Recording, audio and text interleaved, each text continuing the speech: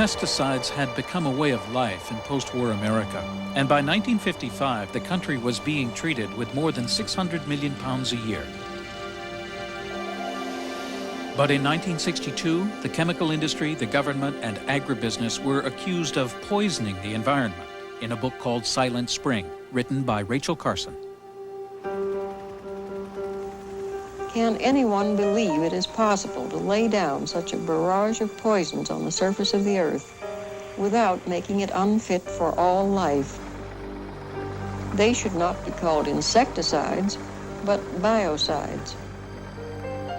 Rachel Carson painted a nightmare vision of the future. Silent Spring polarized the nation, and the ensuing controversy changed the course of history. A great book has a flow to it, and it changes people's minds, it changes their outlook, and it has a long reach. Rachel Carson's Silent Spring is still affecting our thinking and our policy making today. The essence of Rachel's message was that we had to come to terms with nature and work with it and not against it.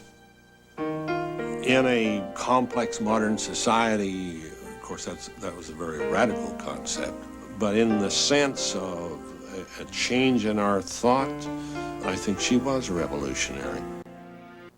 Silent Spring was a terrifying expose, and its crusading author was quickly swept into the public eye. The reporter continued, "No one in either county farm office who was talked to today had read the book, but all disapproved of it heartily." Rachel Carson was no stranger to fame. In 1951, her book, The Sea Around Us, had won universal respect. It made the New York Times bestseller list for 86 straight weeks, a new record. Once or twice in a generation, wrote one reviewer, does the world get a physical scientist with literary genius. Miss Carson has written a classic. Her concern was not shared by many. One biologist remembers the direction that most of the country was taking.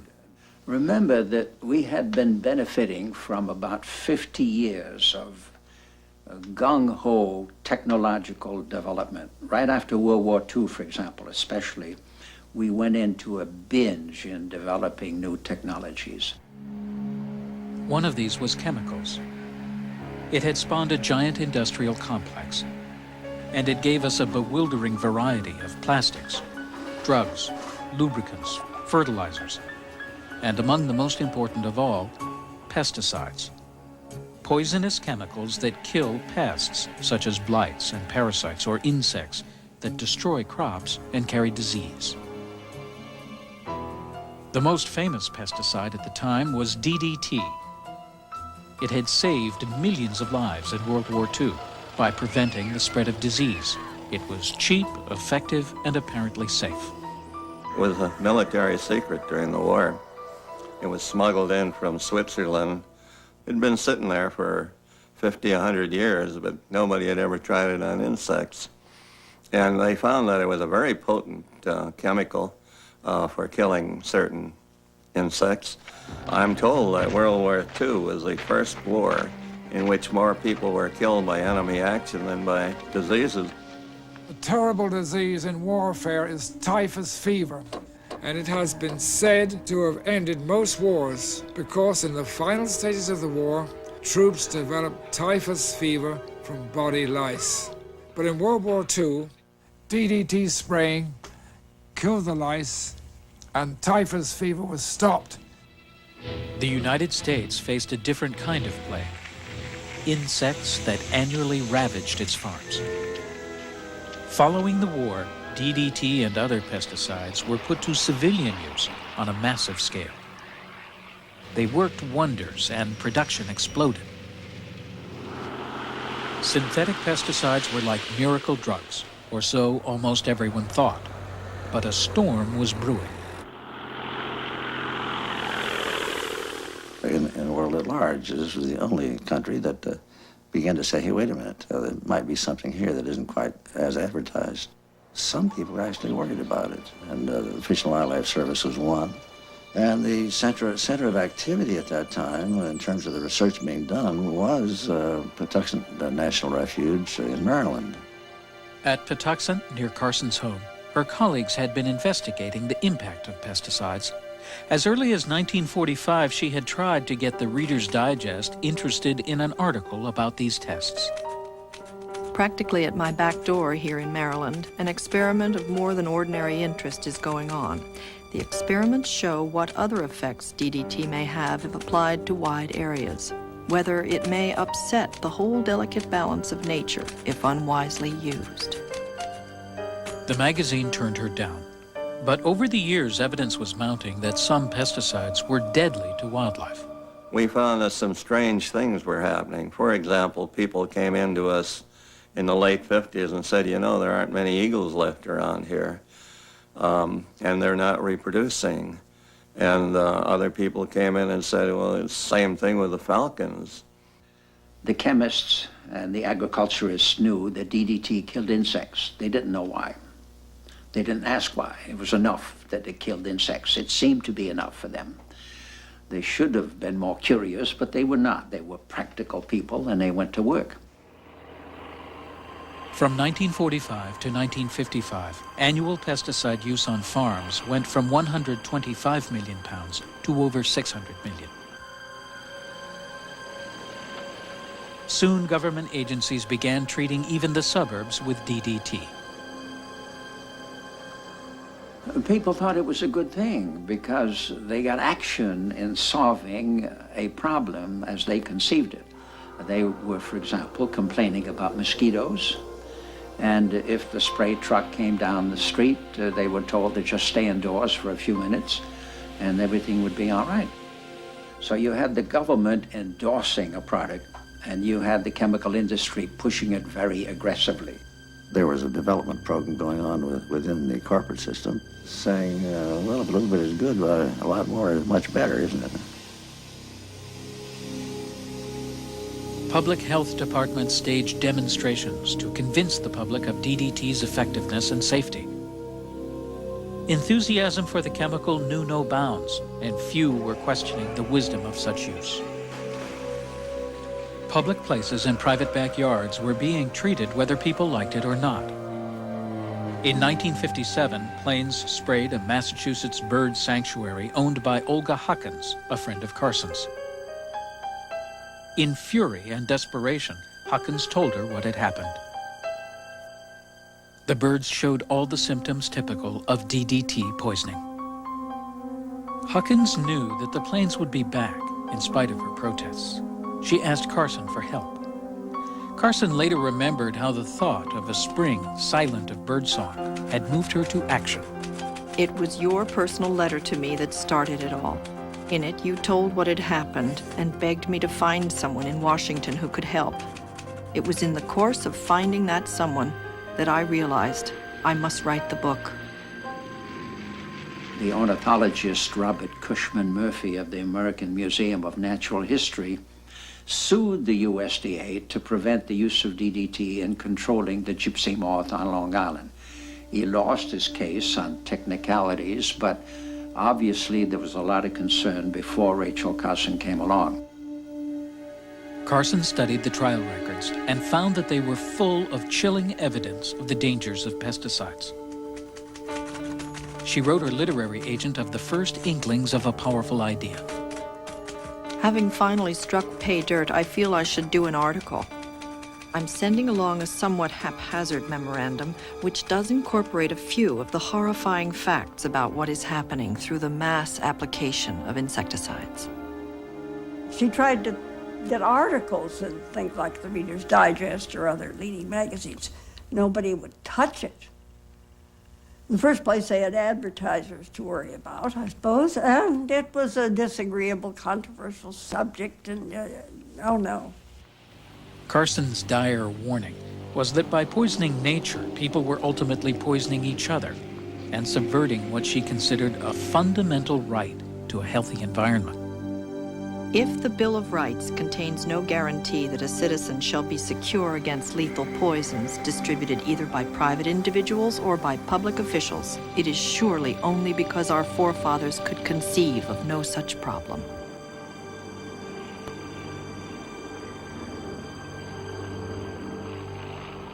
Pesticide certainly wasn't an obvious subject for a successful book. On the other hand, Rachel was dealing with a subject that we all felt was important. Paul Brooks, editor-in-chief at Houghton Mifflin, had been in on the project from the beginning. Now, I don't claim that we knew this book was going to have the impact it did, but it was obviously something in the tradition of Houghton Mifflin publishing by an author whom we had liked and who had published successfully and whom we had encouraged to do a book on this subject. So there was no doubt on anybody's mind about our taking it on.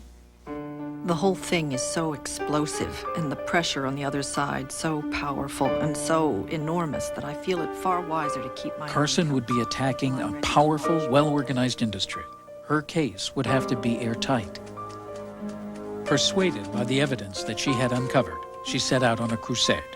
Late in 1958, she wrote to Paul Brooks. Broad conceptions will reveal the futility and the basic wrongness of the present chemical program even better than ranting against it, though I shall rant a little too. She had to absorb an overwhelming amount of data. She was working alone and desperately needed help. She wrote to Brooks with good news about a new assistant. She wasn't anywhere near ready. She felt very bogged down by these masses of materials and trying to keep track of them. And many people in universities or government agencies or even industry who were on her side were very helpful, but they had to do it extremely carefully. This man later said he thought the most useful thing he'd done in his whole career was slip stuff to Rachel Carson when she was writing the book. Carson was outraged to discover within the government a pervasive attitude of secretiveness and denial. One field worker wrote, "The USDA representatives have consistently downgraded the biologist's findings on damage to fish and wildlife. They have refused to give me information, saying no significant wildlife damage occurs." John George found the Department of Agriculture reluctant to publish methods of safe pesticide disposal. Well, the administrators didn't want to bring out any information along these lines because it might leave the impression that pesticides were dangerous if you've got to be careful at how you got rid of them. I was up against industry and agricultural experiment station personnel who insisted that the way they used these chemicals, they did no harm, and that the people who insisted otherwise were either misled or were being paranoid. Some people she quoted in the book lost their jobs very quickly. You didn't speak up against the establishment on this, even for such innocent things as saying, no, we do better with Dutch elm disease if we don't spray the trees, to clean them up. That man lost his job. Carson attacked what she saw as a heavy-handed, public-be-damned attitude behind certain government programs. There was a mindset against insects. They really focused on the bad ones without realizing, I expect, ecologically, the vast majority of control of insects is by other insects. And you see, the moment you step in and play God with a chemical, you can get into some real problems. You just can't eradicate an insect with a chemical. I think you've got to be a little more imaginative than that. They sprayed truck gardens and dairy farms, fish ponds and salt marshes, showering insecticide over children at play. A quarter horse drank from a trough in a field which the planes had sprayed. 10 hours later, it was dead. See, all the big programs prior to that were largely federal lands. This was a big federal program that began to treat private lands, including farmlands. And all of a sudden, the milk was contaminated and the farmers couldn't sell their milk. And people were worried about their wildlife. It just led to a clamor. Carson attacked the government for exaggerating the threat of insects like the fire ant.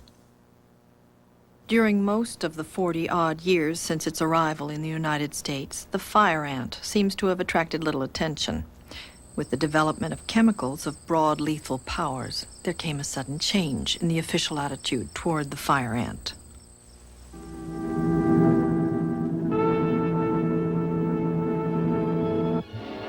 Human beings have lived with and have battled insects for many centuries. Now the war is between man and the imported fire ant.